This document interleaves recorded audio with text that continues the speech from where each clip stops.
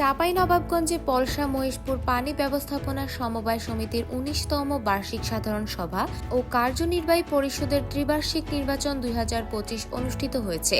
শনিবার সকালে সমিতির প্রাঙ্গণে অনুষ্ঠিত বার্ষিক সাধারণ সভায় প্রধান অতিথির বক্তব্য রাখেন বালিয়াডাঙ্গা ইউপি চেয়ারম্যান মোহাম্মদ আবু হেনা আতাউল হক কমল।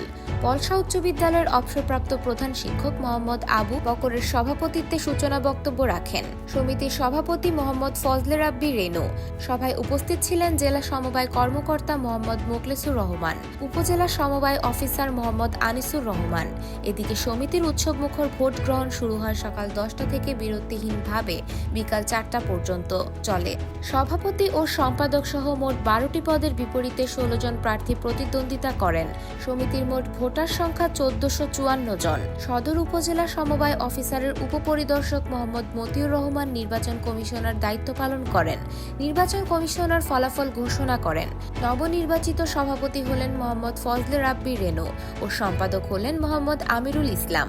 এছাড়াও নির্বাচিত হয়েছেন সহসভাপতি পদে মোহাম্মদ আব্দুল মান্নান, কেশিয়ার পদে মোহাম্মদ শামসুল আলম, সদস্য পুরুষ পদে মোহাম্মদ আবু বক্কার, মোহাম্মদ আব্দুস সামাদ, মোহাম্মদ আবু তালেব, কেতাবুল হক, সদস্য মহিলা পদে মোসাম্মদ তানিয়া খাতুন, মোসাম্মদ সুলতানা বেগম, মোসাম্মদ রিনা ও মোসাম্মদ আয়েশা বেগম নির্বাচিত হয়েছেন।